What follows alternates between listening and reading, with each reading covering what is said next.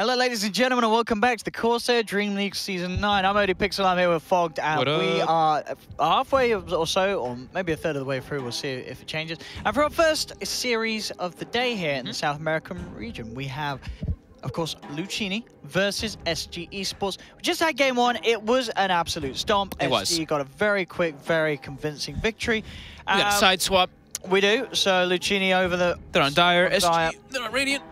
There we go. But yeah. I mean, so if that happens to you in one game, like, what was the sort of, do you think was the biggest thing that you could change if you're Luccini to sort of give you a bit of a better shot? Pick more meta heroes. I don't really want to say that, but pick more meta heroes. Take out the Chen. I think the Chen was a big problem for them. It completely caught their lanes off guard, and just less greed. I think stronger lanes. I think the Storm pick actually really screwed them, because the other picks, I was like, all right, their lanes are okay, but now they have this Storm who just, it has to play super passive, can't abuse this Queen of Pain in the mid lane at all. Yeah. So I think, yeah, that, and just pick more team fights so they can actually have a way back in the game if the lanes are going to be that big of a blunder. That game, the lanes are done.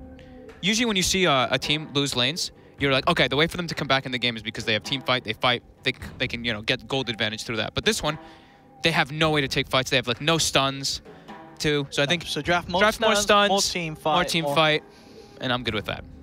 And is there anything you think you ban from SG that they played last game, if you're Luccini? Is it the Chen, you think? Well, what did they ban? I don't remember exactly what they actually took. I guess it's like, yeah, because sure, like, you could look at it as like, what do you ban? But at the same time, that obviously the bans last game, there have been heroes that you do have to ban even more so than the heroes that you let through. Let me make sure. It has to update, that's all. Take a second. Okay, so they banned out Night Stalker, Broodmother, Razor. I think you don't take out Night Stalker. I think you just say whatever.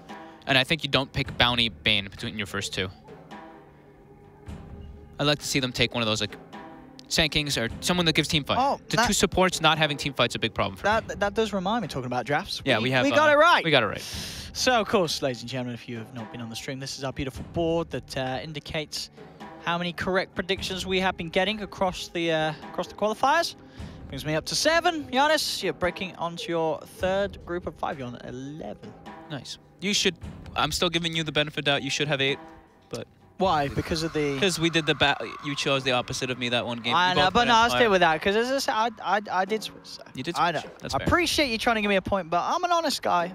No, if we're going by the rules, I did say the other team at the end of the day. So. Oh, the rules. So we've got a couple of minutes, and we should be starting. Yeah, a minute or two. All players are in the lobby.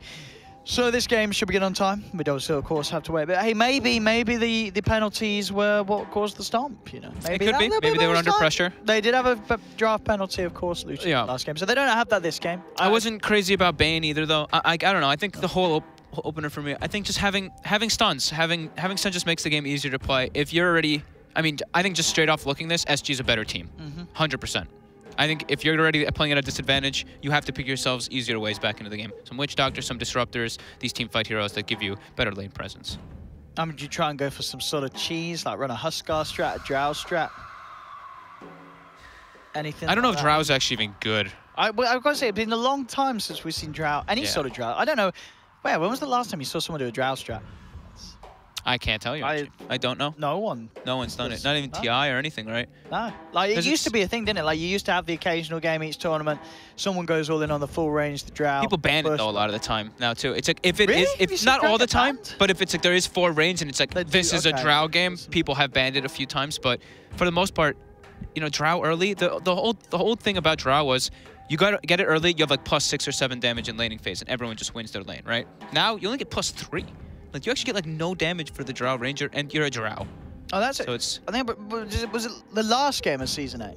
It was DreamHack Major. Yeah. At the LAN finals, it was when who played it? Liquid picked it versus Secret, and Secret just picked Pit Lord and built a Crimson Guard, and the Drow Ranger was useless. Yeah, you're right. Yeah, thanks for the show. Yeah, so I didn't hear them.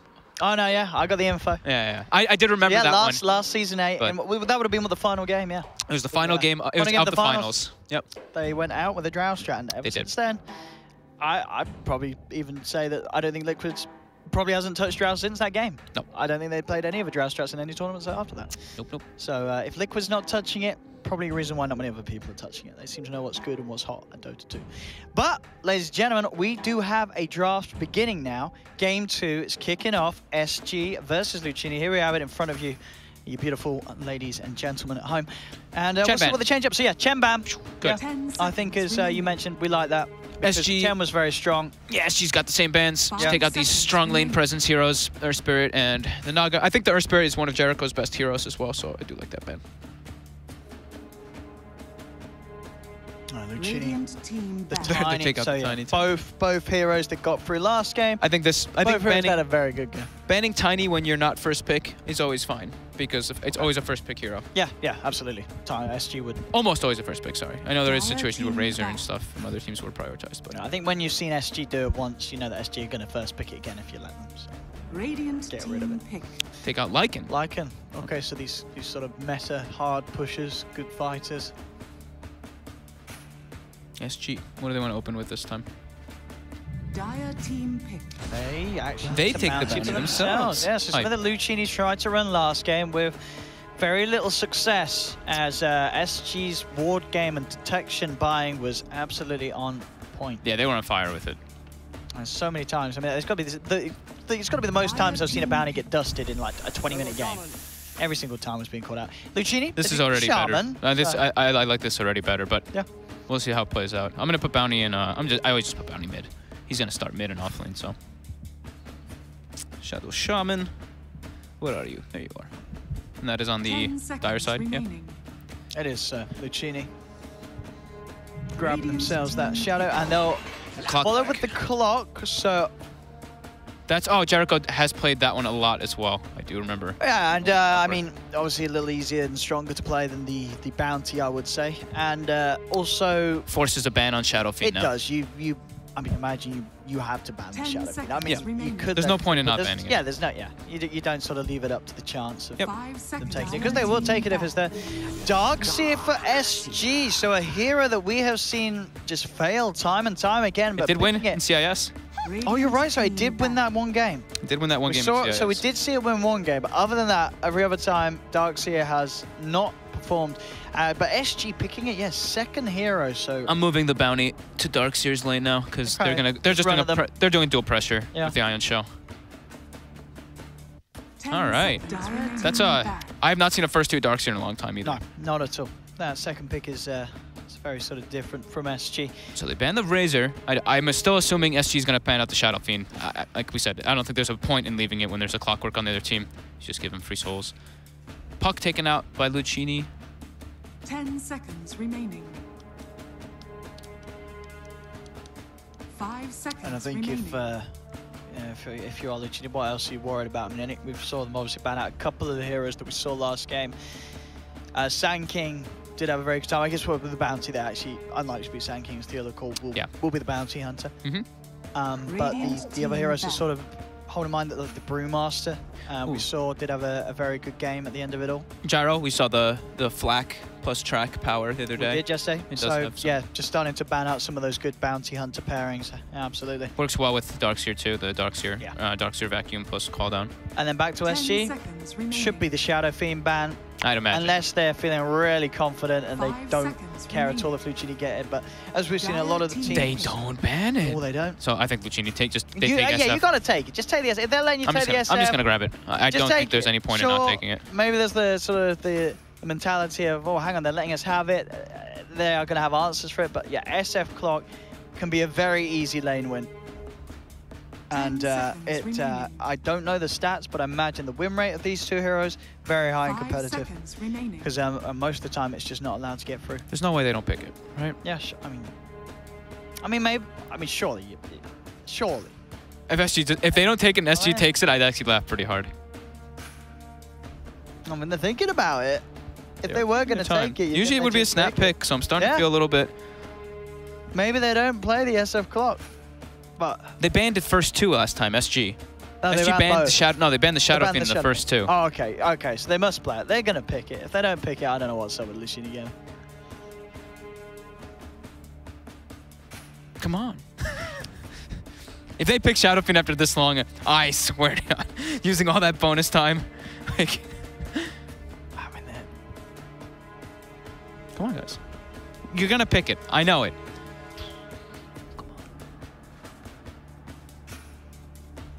I mean, they're really thinking about it. They've left it about a minute now into bonus time, where they are just... I mean, how hard is it to click that SF and Maybe they can't find him. choose hero? Maybe they just can't find him. I mean, come on. it feels like it. They don't take it. They don't take it. Now, do SG, if SG... if they take the Shadow Fiend right now, I'd laugh really hard, honestly. I can't believe they just actually didn't take it after all. They didn't take the SF? Maybe they're saving it. Maybe they're saving it for later. Maybe they feel that they could... Maybe they're prioritizing this jug because there's a Darkseer bounty. I'm still holding SF because they're going to pick it. Jakiro for SG, so the strong combo with the Darkseer. Yep. Now, are they going to pick that SF? I'm still going to let you. You can hold it now. I'll just keep it here. You can just keep it there. There's no way that they don't pick it, dude. With Clockwork, there's no way. Clockwork SF. They're going to make us look Who would dumb. pass it up? Would Luccini not want to play it? 5 seconds remaining. Are they crazy? I mean, sure there's going to be a bounty running you at the lane, but they don't want it. They don't want it. We'll just toss it away. You know, it's they done. really don't It's done. want it. Get rid of it. They don't want the SF. I disagree being with this. ignored this game. Despite having the clock. I mean, it could still be picked. I mean, Luccini might fifth pick the SF. Sure. As the Nature's Prophet will be going on the off lanes. They do still need that mid laner. Maybe they just really are that afraid of the Queen of Pain. Nice Terrorblade Or the Bounty SG. Hunter. I don't know. That's interesting. Terrorblade, you said, yeah? Yeah, Terrorblade for SG. So that's a good pick. That is one of the ones that they do. Very good versus the Jug in the later stages too. Reflection, but overall this hero is just really dominant. People are picking that one a lot more than the Jug. I heard him. Think about. And now up to SG. There is still that mid laner. They could still pick the SF, so do SG ban it now? I guess they didn't ban it earlier. I'm also a little bit curious too because Luccini, they just banned Tinker when they're versus a Terrorblade and they have their mid laner open. Maybe they don't play Tinker. Wouldn't they want it though? And they might not play it. But it's great here. There's no catch for him. It is good. It's no catch. It's one of the better heroes versus TB for multiple reasons. Not only the burst, but because of, as people have been saying, you split push the waves so TB can't abuse the illusions to go farm side lanes. And now they ban the SF. There's the SF ban. All right, so Luccini, maybe they were trying to be cheeky and pick it up last. They're not going to get the chance to do so. SS ban. DK is picked up for SG, so that's DK SG's full lineup. Yep. This is a very straightforward draft by SG. And very strong. There's the end. So they do take the OD, who's got his strengths this game for sure. But yeah, not getting that SF clock. Very bizarre. Yeah, a bit of a strange one in terms of that. They don't have regards to draft from Luccini. They don't have a lot of disable on their side. Shadow Shaman Clockwork are their only catch on Luccini, while on the other side they have a lot of team fight. Is pretty much what they're looking at. They're really just grouping up around the Dragon Knight. They also don't have a crazy amount of disable. It's really just like the Jakiro and I guess the DK stun. So maybe that they can take advantage of, but... I mean, overall it's just the same thing. Yeah, the team fight is better on SG's lineup by quite a bit. Yes, heavy team fight committal. Luccini more so about pressuring the lanes, but Terrorblade versus Nature's Prophet. Terrorblade doesn't really care if that Nature's Prophet is an off lane, which does seem. And they're actually switching their roles again, huh? Bad Boy was mid. Bad Boy was mid last game. And Madara was off lane. So they've switched that up. Yeah, Madara taking the OD mid and Bad Boy taking the Nature's Prophet to the off lane. But let's do the predictions. We've seen the drafts. I think after it stomped that bad game one, you've just got to go with SG. So I'm down for SG. Fog's down for SG.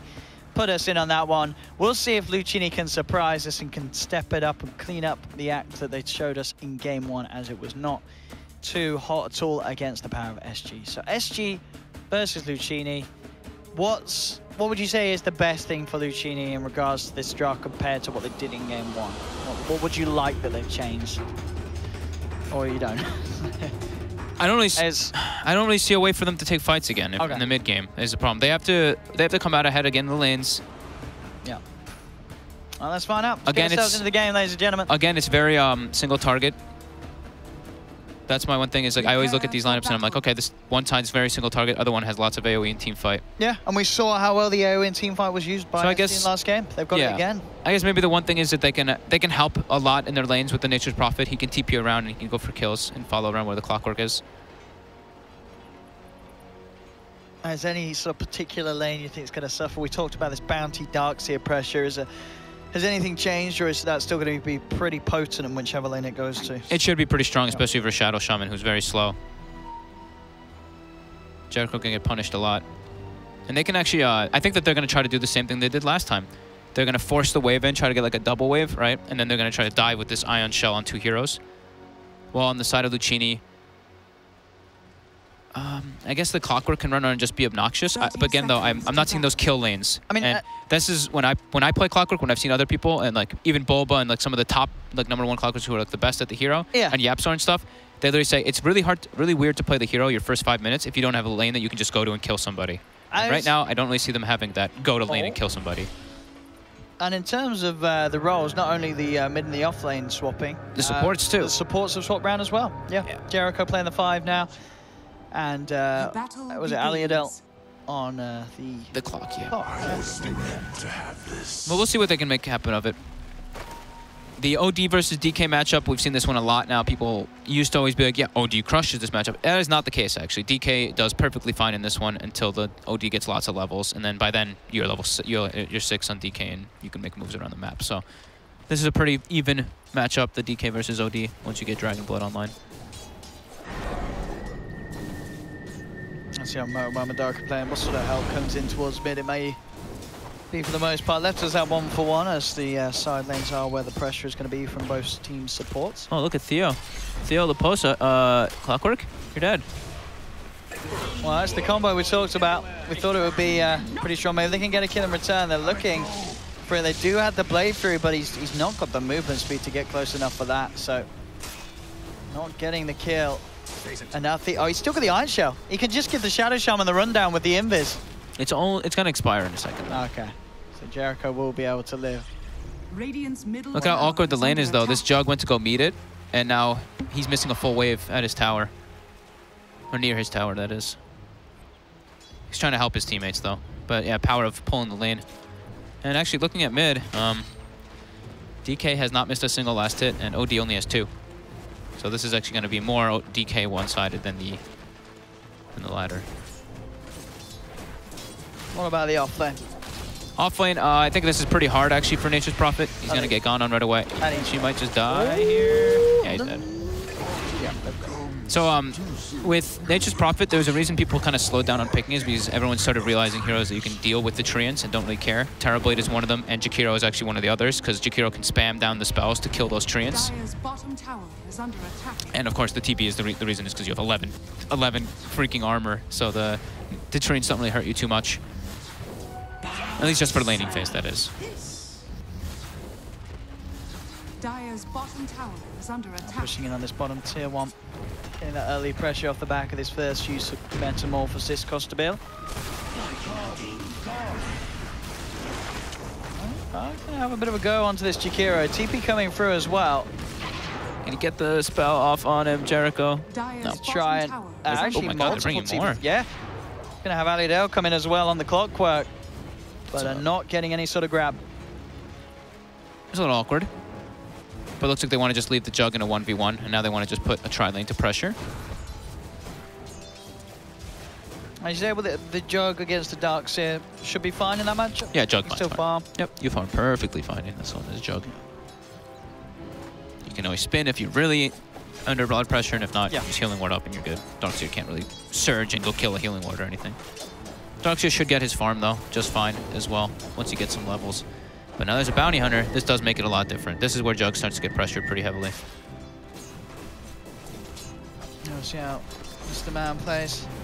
The Iron Shells. Yeah, the double shell. Adding up, there we have you say, using the Blade Fury to get himself out of there, and he will be fine, but... Bottom lane. Diving in deep. Costabil backing off. They are chasing with the Battery Assault. Oh, that the Sprout just saved his life. Sprout plus Cog. It just shoved him back to safety. Yeah. So a bit, not really the plan there from Bad Boy. Nope. Man, Dragon Knight's owning the OD in the mid lane. 21-3 to 11-3. Top lane. This Jug doesn't have his spin back off cooldown. He's dead. Dire's top tower is under attack. So he can do fine if he's in the 1v1, but once that secondary Iron Shell holder does come up there, that's when Jug starts getting screwed. So I think they actually have to make the rotation back up there. I don't think that this aggro tri-lane is actually going to really get too much. Unless Costabil maybe gets too aggressive. He is stepping up pretty far. The Shackles. Now going to the back with the Jakiro. Take off the cogs immediately. Instantly. He's a little too speedy and will be able to get himself out of there. So this pressure from the the side of Luccini, not really achieving too much against the Terrorblade. He's still farming. Top 3 CS on the board, all on the side of SG. Yeah.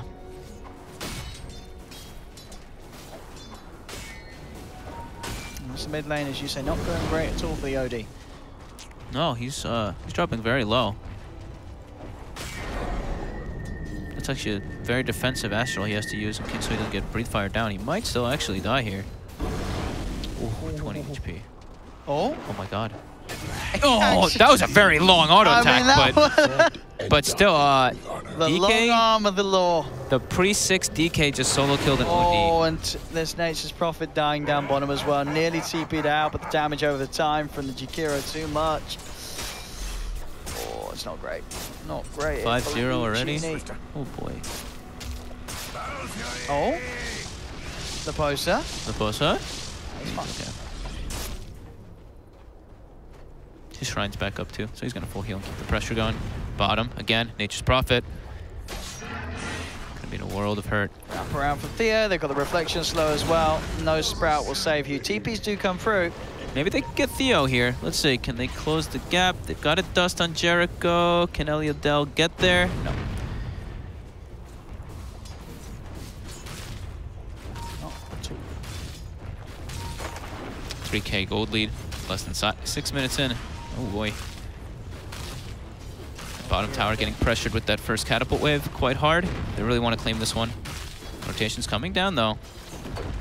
Nature's Prophet walking. I feel like they need a core to come down here, but they can't do it this early.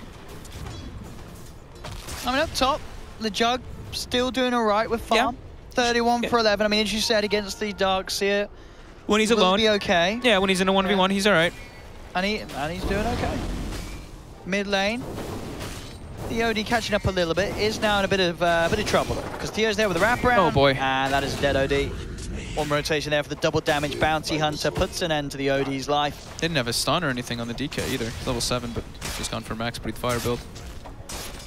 Just gonna rush a drums early out bottom lane. Maybe this is where they get themselves a kill. Here they isolate the dragon, or the two-headed dragon. And he will go down. So there we have it once again. There we go. That mean matchup, 7-1 7-1. They did it twice here in this opening series. SG. Dire's middle tower is under attack.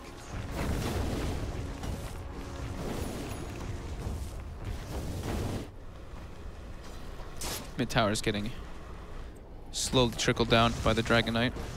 And they got a lot of good push here on SG with that DK and that Metamorphosis from the Terrorblade. Yeah.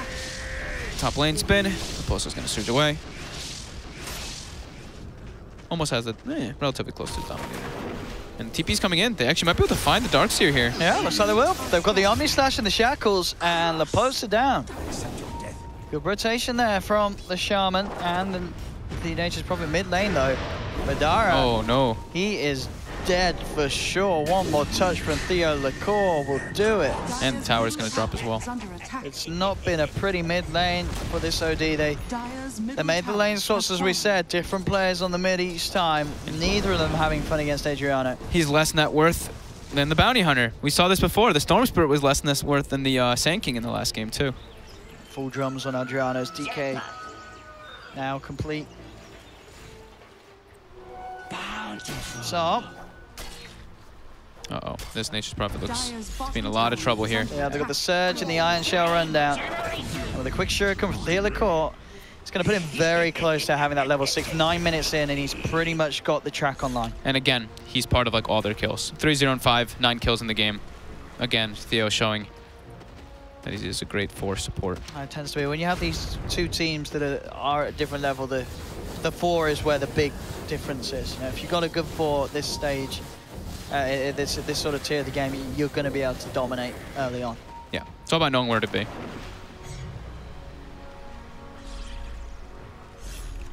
Nice tier 1 tower. I don't think anyone on the side of Luccini is going to be having too much interest in defending it. No, I feel like they should just be going bottom immediately with the Nature's Prophet and Jug to try to get a trade.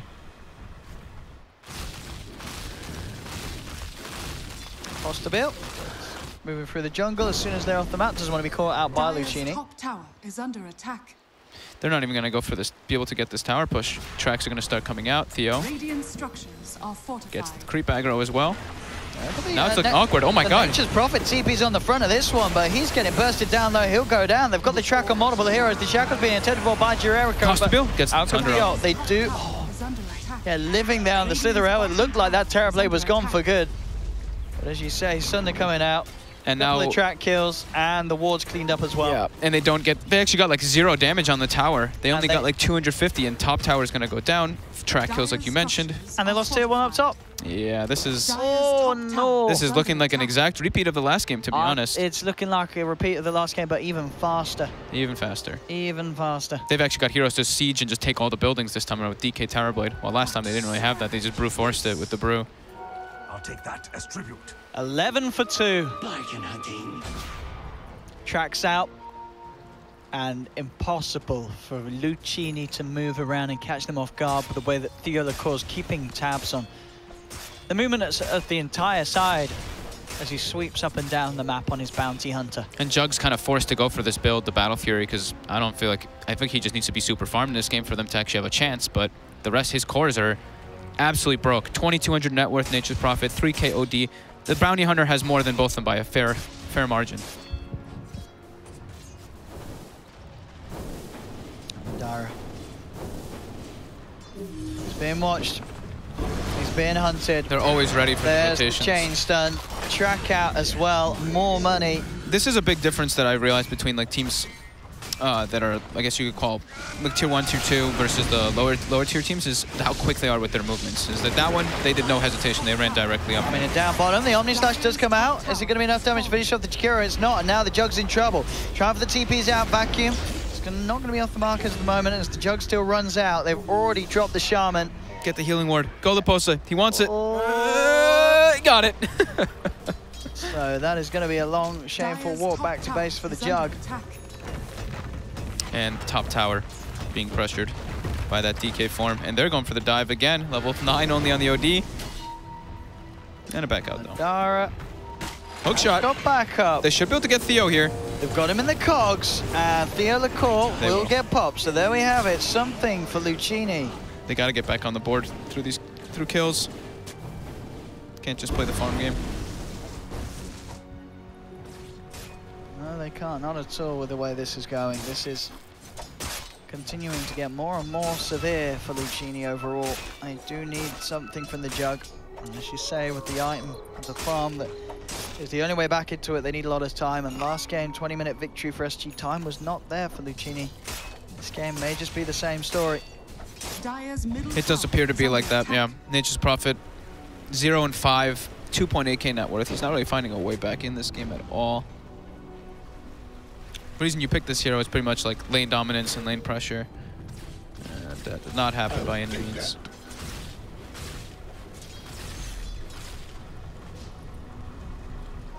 See if they can get this bottom tower this time around on Luccini. Committed the wards. This one they should definitely get. Top lane, Nature's Prophet being stalked. They know that he's in the area here. Theo has eyes on him. He's pinging him out. He does want someone to rotate. DK starts moving. Good lane as well. Look at the OD. They will go in onto the Nature's Prophet, but he has the TP out in time. Nothing to cancel that. They want Madara in the mid lane. The OD. He's Use just the used Astral. the Astral to farm on that. Will mean he has no Astral to buy any sort of time to save himself. Track is out in time. And track. They get the money. More money in the pocket.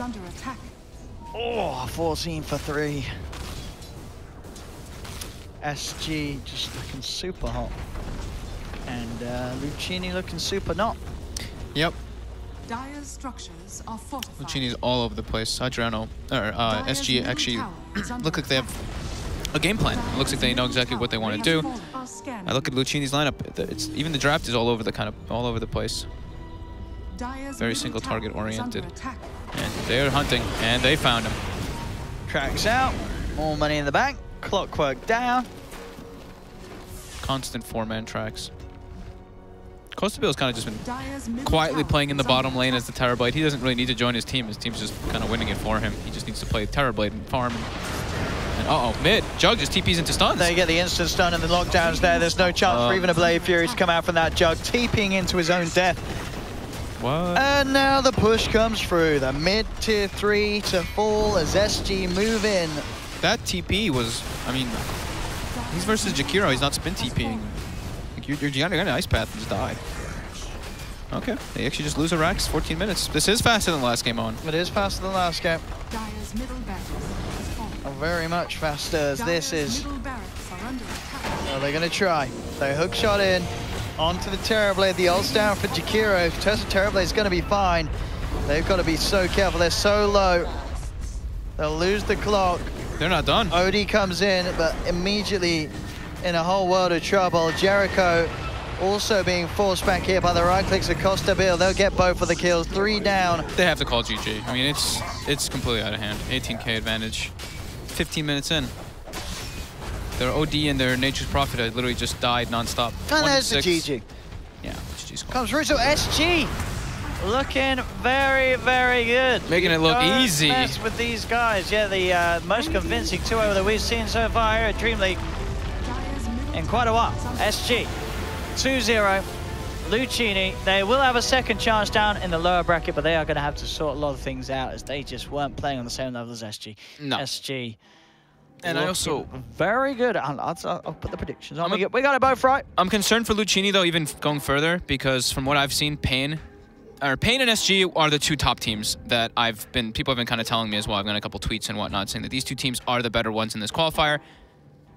And yeah, they have to play versus... In theory, if Pain beats Infamous, they would have to play versus Infamous, who's played at top-tier lands and stuff. So they've been at recently. They're not at the Star Ladder. Yeah, they're nothing to joke about by any means either. So they've got a really hard road ahead of them for the Luccini boys. Yeah, looking tough. Absolutely. Well, so there we have it. First series of the day, SG to move on. I believe we'll be able to show you the brackets maybe in a second. Now, not even in a second, in a minute. Straight up, here we go. So SG with that 2-0 moving on. And of course, Luccini being knocked down. Our next series of the day will be Infamous versus Pain Gaming to find out which matchups we have in the subsequent matches. And of course, the final match today will be the winners bracket being played out. So we'll have SG versus the winner of Infamous versus Pain Gaming. Infamous versus Pain Gaming being the next series. So I think of that, not really too much left to be said about that 2-0. Nope. As SG just looking to be on a different level. Yeah, I think the next one should be a little close, but from what I heard, I had some people messaging me as well saying that Pain, in the last few games, they have actually taken 4-0 versus Infamous, and they've been very quick games. So we'll see if they can continue with that, because Pain Gaming, they are the, King RD, HFN, Tavo. It's the old SG. The old SG lads. So we'll see what they can do versus Infamous. And I wonder what lineup Infamous brings, because I heard that Pepita is not playing with them, but maybe he is now again. Maybe chat knows. Maybe chat knows. Maybe people can update us, let us know. We'll find out very shortly. There will be a bit of an outbreak, as this series obviously was quite quick, so we'll have to see if the teams are ready. Might be 15 minutes or so, but either way, just keep the channel up. We'll put a time on the screen once we know when the game's going to be starting, and we'll be back in a bit for Pain Gaming versus Infamous. We'll see you soon on the CORSAIR DreamLeague.